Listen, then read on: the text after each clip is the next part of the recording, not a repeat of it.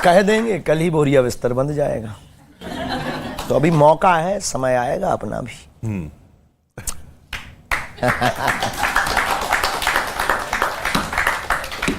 आप जब कह रहे समय आएगा तो ऐसा लग रहा है आपके पास सनातनी हिंदू जब इकट्ठे हो जाएंगे वो खुद बोलेंगे, वो जवाब देंगे।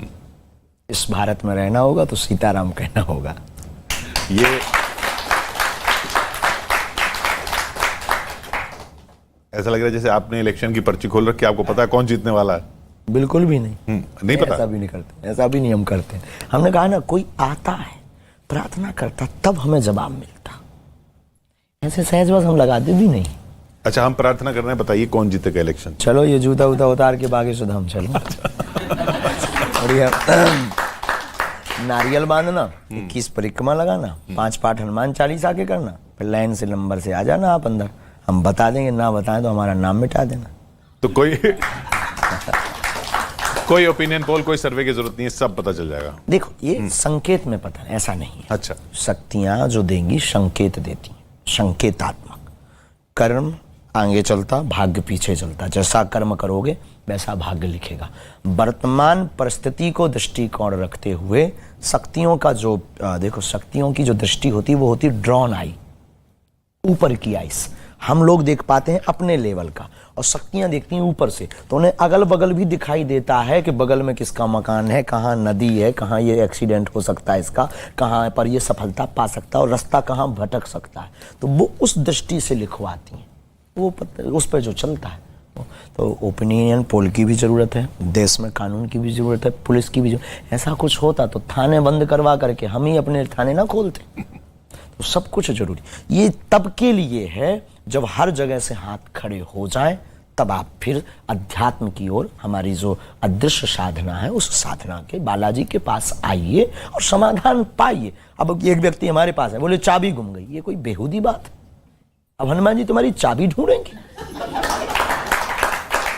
हनुमान जी को सिर्फ इतना ही काम बचा है कि चाबी ढूंढे कि किस कोने में डली यार। इन सबके लिए परेशान भी नहीं करना चाहिए। बहुत बड़ा विषय हो तब शक्ति इसके लिए है, अब वो इतने फ्री भी नहीं, समझ गया?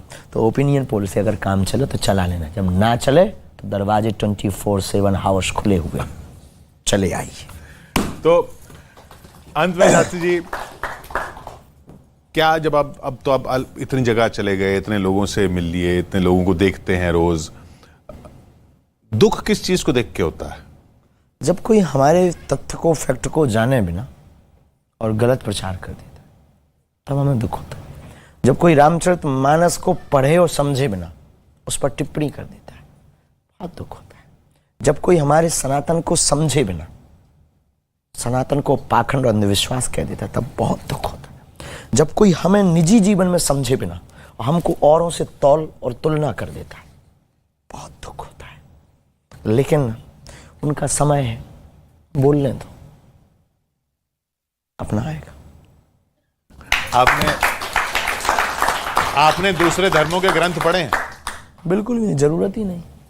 तो आपने भी लेकिन तो नहीं पढ़े नहीं है, लेकिन हमने समझा है। जो पढ़े लिखे हैं उनसे, जिन्होंने पढ़े हैं उनके साथ बैठकर हमने वार्तालाप किया है और उनसे पूछा है, बिना फैक्ट की बात नहीं की। हमने पहले फैक्ट समझा कि आपके मजहब की पुस्तक में क्या है, आपके मजहब की पुस्तक में क्या है, और ऐसे नहीं, उसके जो धर्म गुरु उनसे ही। तो पढ़ना और सुनना, धर्म गुरु से शिक्षा लेना, दोनों समान है।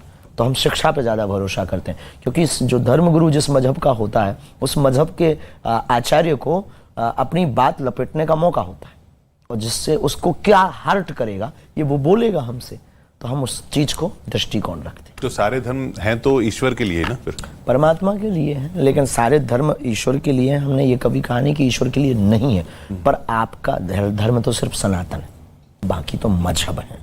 लेकिन इसका मतलब ये भी तो नहीं है कि आप जो है जीव हिंसा करो।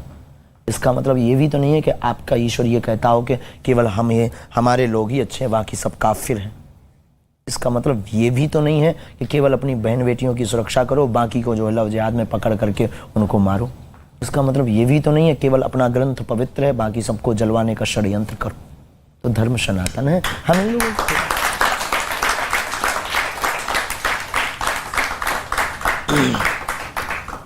पंडित जी, उम्मीद की अब जो बात हुई है और यहाँ जो बात हुई है वो ऐसी नहीं हुई जिससे आपको दुख पहुंचाओ या बिल्कुल भी नहीं। आज हमें बहुत मजा आया, आपका स्वभाव और आपके प्रश्न करने के तरीका।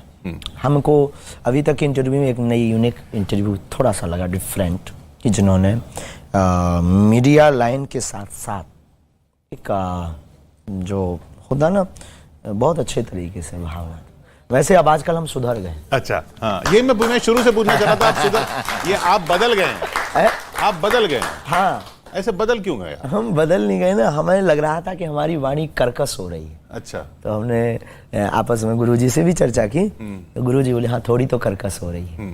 तो हम अपने लोगों को दुख ना पहुंचाए। हम कई बार ना अपने लोगों की ठटरी बांध देते थे।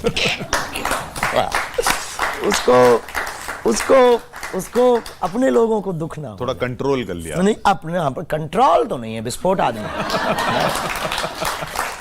दूसरा तो अभी भी आ जाए, छोड़ेंगे नहीं जिंदगी भर, जब तक प्राण रहेंगे तब तक तो वो वही एटम बम है, वो छोड़ेंगे। बात करेंगे फैक्ट की।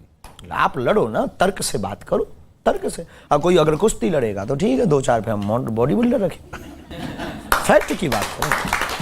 और है हमारे सनातन में फैक्ट है, हमारे सनातन में फैक्ट है, रामचरितमानस में तर्क है, तो हम तर्क दे रहे हैं, आप हमारा जवाब दो। सीधी सी बात है, या हमसे लो, सुनने की दम हो सो लो, और बाकी इतने से बच जाएंगे सो पर्चा लो। इस दुनिया में ऐसा कोई नहीं है जिसके करिया कांड ना हो। इस दुनिया में ऐसा कोई नहीं है जिसके अब आप ही हो, आपके भी करिया कांड होंगे। हाँ, होंगे।